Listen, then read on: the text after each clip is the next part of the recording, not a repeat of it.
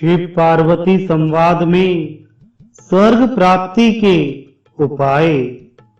पार्वती जी ने पूछा, भगवान, कैसे शील और सदाचार वाला पुरुष किन कर्मों अथवा किस दान से स्वर्ग में जाता है? महादेव जी बोले, जो ब्राह्मण का सत्कार करने वाला तथा दीन दुखी और कृपण आदि को भक्ष्य, भोज्य, अन्न, पान एवं वस्त्र देने वाला है, जो यज्ञ मंडप, धर्मशाला, पौंतला तथा पुष्करणी बनवाता है, मन और इंद्रियों को वश में करके शुद्ध भाव से नित्य नैमित्तिक आदि कर्म करता है, आसन, शय्या, सवारी, घर, रत्न, धन, खेत की उपज तथा खेत आदि वस्तुओं का सदा शांत चित्त से दान करता है। देवी, ऐसा मनुष्य देवलोक में जन्म लेता है, वहां दीर्घ काल तक उत्तम भोगों का उपभोग करते हुए नंदन आदि वनों में अप्सराओं के साथ प्रसन्नता पूर्वक विहार करता है। देवी, वहां से च्युत होने पर वह मनुष्यों के सौभाग्यशाली कुल में, जो धन धान्य से संपन्न होता है, जन्म लेता है।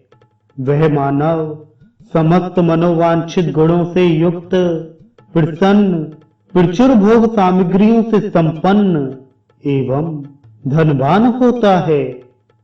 पार्वती, जो दानशील महाभाग प्राणी हैं, ब्रह्मा जी ने उन्हें सर्वप्रिय बतलाया है। इनके सिवा दूसरे मनुष्य ऐसे हैं जो देने में कृपण होते हैं।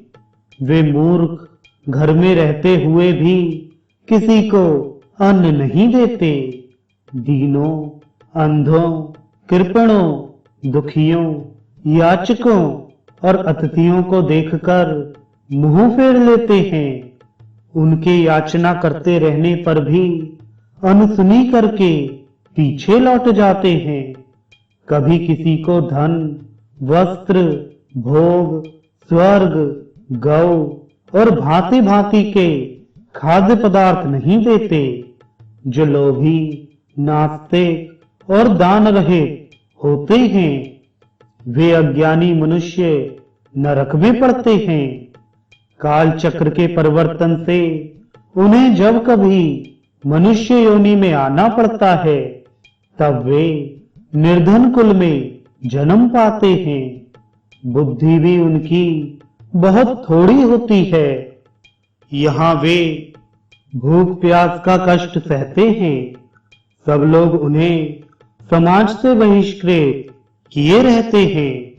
वे सब भोगों से निराश हो पाप पूर्ण वृत्ति से जीवन निर्वाह करते हैं। उनका जन्म ऐसे कुल में होता है जहां भोग सामग्री बहुत थोड़ी होती है, अतः वे अल्प भोग परायण होते हैं। देवी, इस प्रकार दान ना करने से मनुष्य निर्धन होते हैं। उनसे भिन्न अन्य मनुष्य दंभी और अभिमानी होते हैं। वे मंदबुद्धि मानव आसन देने योग्य गुरुजन के आने पर उन्हें पीड़ा तक नहीं देते। जिन्हें स्वयं किनारे हटकर जाने के लिए मार्ग देना उचित है, उनके लिए वे अज्ञानी मार्ग नहीं देते।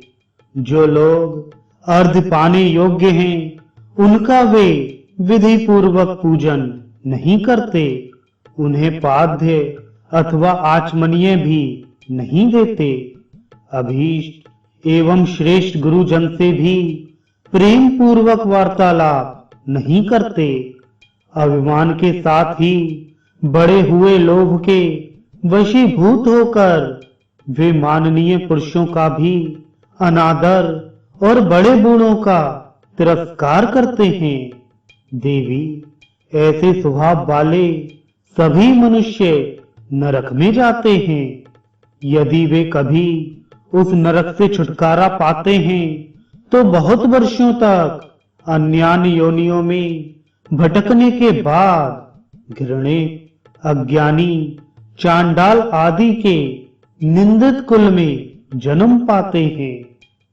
गुरुजनों और वृद्ध पुरुषों को संताप देने वाले लोगों की यही गति होती है, जो न दंभी हैं न मानी हैं, जो देवता और अतिथियों का पूजक, लोक पूज्य, सबको नमस्कार करने वाला, मधुर भाषी, सब प्रकार की चेष्टाओं से दूसरों का प्रिय करने वाला, समस्त प्राणियों को सदा प्रिय मानने वाला, द्वेष रहित, प्रसन्न मुख, कोमल स्वभाव, सबसे स्वागत पूर्वक स्नेहमय वचन बोलने वाला, प्राणियों की हिंसा न करने वाला, श्रेष्ठ पुरुषों का विधिवत सत्कार पूर्वक पूजन करने वाला, मार्ग देने योग्य पुरुषों को मार्ग देने वाला, गुरु पूजक और अतिथि को अन्न का अग्रभाग अर्पित करने वाला है। ऐसा पुरुष स्वर्ग में जाता है। मनुष्य अपने किए हुए कर्मों का फल स्वयं ही भोगता है। यह साक्षात ब्रह्मा जी का बताया हुआ धर्म है, जिसका मैंने वर्णन किया है, जिसका आचरण निर्दयता पूर्ण होता है, जो सब प्राणियों के मन में भय उपजाता है। हाथ, पैर, रस्सी, डंडा, ढेला, खंभा अथवा अन्य साधनों से जीवों को कष्ट देता है, हिंसा के लिए उद्वेग पैदा करता है, जीवों पर आक्रमण करता और उन्हें उद्विग्न बनाता है। ऐसे स्वभाव और आचरण वाला मनुष्य नरक में पड़ता है। वह यदि काल क्रम से मनुष्य योनि में जाता है तो अधम कुल में जन्म लेता है, जहां उसे नाना प्रकार की बाधाएं और क्लेश सहन करने पड़ते हैं। वह अधम मनुष्य अपने किए हुए कर्मों के फलस्वरूप सब लोगों का द्वेष पात्र होता है। इसके विपरीत जो सब प्राणियों को दयापूर्ण दृष्टि से देखता है, सबके प्रति मैत्री भाव रखता है, पिता के समान निवेर होता है, दयालु होने के कारण प्राणियों को न डराता है और न मारता ही है, जिसके हाथ पैर वश में होते हैं, जो संपूर्ण जीवों का विश्वास पात्र है, रस्सी, डंडा, ढेला अथवा अस्त्र शस्त्रों से किसी भी जीव को उद्वेग नहीं पहुंचाता, शुभ कर्म करता और सब पर दया रखता है। ऐसे शील और आचरण वाला मनुष्य स्वर्ग में जाता है। वहां देवताओं की भांति वह दिव्य भवन में सानंद निवास करता है।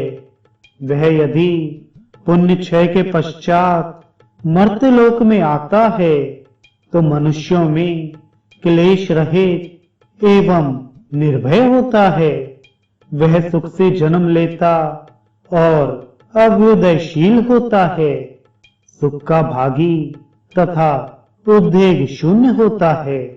देवी, यह साधु पुरुषों का मार्ग है, जहां किसी प्रकार की बाधा नहीं है।